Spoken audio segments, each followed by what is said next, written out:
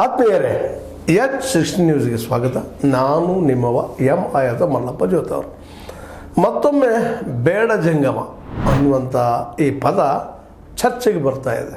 ಅದು ಚಿತ್ರದುರ್ಗದಲ್ಲೇ ಈ ಒಳ ಮೀಸಲಾತಿಯ ತೆಗೆದುಕೊಳ್ಳೋ ಸಂದರ್ಭದಲ್ಲೇ ಮೂಲತಃ ಪರಿಶಿಷ್ಟ ವರ್ಗದವರು ಅಥವಾ ದಲಿತರು ಬೇಡ ಜಂಗಮ ಪದದ ದುರುಪಯೋಗ ಮಾಡ್ಕೊಳ್ತಾ ಇದ್ದಾರೆ. ಇಲ್ಲಿಯ ವೀರಶೈವ ಲಿಂಗಾಯತರು ಅಥವಾ ಜಂಗಮರು ಅಂತೇಳಿ ಒಂದು ಮಾತನ್ನು ಇವತ್ತು ಆರೋಪ ಮಾಡ್ತಾ ಇದ್ದಾರೆ. ಆ ಆರೋಪದಲ್ಲಿ ಸತ್ಯನೂ ಅದು. ಯಾಕಪ್ಪ ಅಂದ್ರೆ ಬೇಡುವ ಜಂಗಮ ಅನ್ನೋದು ಬೇಡ ಜಂಗಮ, ಗುಡ್ಗಾಡದಲ್ಲಿದ್ದಂಥ ಜಂಗಮ, ಭೇಟಿಯಾಡುವ ಜಂಗಮ, ಬುಡಗ ಜಂಗಮ ಅಂಥೇಳಿ ಅವರು ಸ್ಪಷ್ಟೀಕರಣ ನೀಡ್ತಾ ಇದ್ದಾರೆ.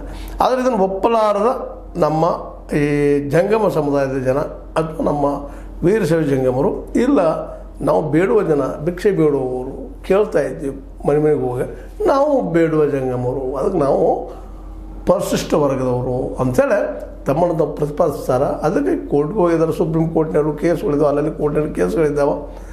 ಆದರೆ ಇವತ್ತು ಇನ್ನೂ ಸ್ಪಷ್ಟವಾದ ಒಂದು ಏನಪ್ಪ ಅಂತಂದ್ರೆ ಮೆಸೇಜ್ ಕೋರ್ಟ್ಗಳಿಂದ ಬಂದಿಲ್ಲ. ನ್ಯಾಯ ನಡೀತಾ ಇದೆ.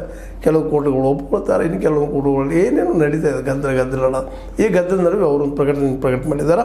ಮಾಡಿ ನಾಳೆ ಏನಾದರೂ ಈಗ ಪರಿಶಿಷ್ಟ ವರ್ಗದವ್ರದ್ದು ನಡೀತಾ ಇದೆ ಮೀಸಲಾತಿ, ಒಳ ಮೀಸಲಾತಿ ಸಲುವಾಗಿ ಆ ಸಂದರ್ಭದಲ್ಲಿ ಬಂದಾಗ ಅವ್ರು ಏನು ಪ್ರಶ್ನೆ ಮಾಡಿದ್ರು, ಒಂದು 7 ಪ್ರಶ್ನೆಗಳನ್ನು ಮಾಡಿದ್ದಾರೆ.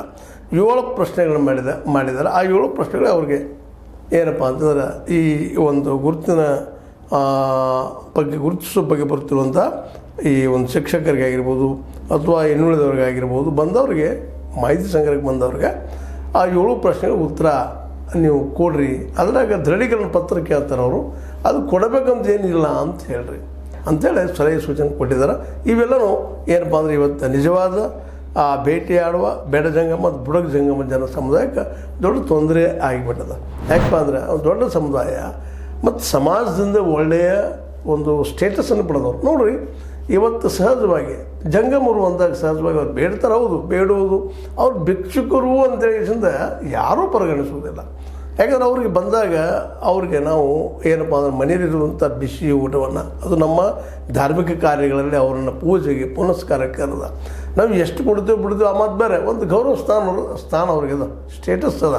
ಅಂಥ ಜನರು ಹೆಂಗೆ ಆಗ್ತಾರಪ್ಪ ಅವರು ಪರಿಶಿಷ್ಟ ವರ್ಗದವರು? ಪರಿಶಿಷ್ಟ ಜನ ಅಂದರೆ ಯಾರು? ಅಸ್ಪೃಶ್ಯರು, ಮುಟ್ಲಿಕ್ಕೆ ಆಗಲಾರದಂಥವ್ರು. ಅವ್ರು ಆಗ್ಲಿಕ್ಕೆ ಸಾಧ್ಯದನ. ಆದರೂ ಅದು